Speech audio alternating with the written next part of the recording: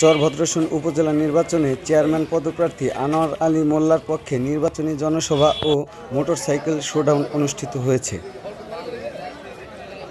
আসন্ন ফরিদপুরের চরভদ্রসন উপজেলা পরিষদ নির্বাচনে চেয়ারম্যান পদপ্রার্থী মোহাম্মদ আনোয়ার আলী মোল্লার পক্ষে ফরিদপুর ৪ আসনের বারবার নির্বাচিত সংসদ সদস্য মুজিবুর রহমান নিক্সন চৌধুরীর একনিষ্ঠ কর্মী, বারবার নির্বাচিত ইউপি সদস্য আনসের মোল্লার নেতৃত্বে নির্বাচনী গণসংযোগ ও বিশাল মোটরসাইকেল শোডাউন অনুষ্ঠিত হয়েছে।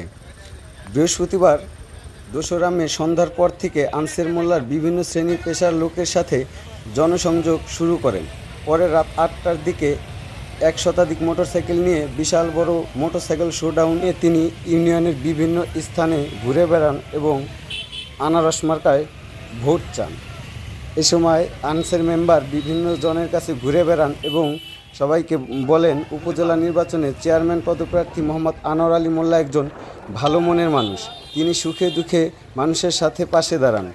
এরকম একজন মানবদরদীকে মানুষকে ভোট দিয়ে নির্বাচিত করতে হবে। প্রসঙ্গত ৮ মে ফরিদপুরের চরভদ্রসন উপজেলা নির্বাচন অনুষ্ঠিত হবে।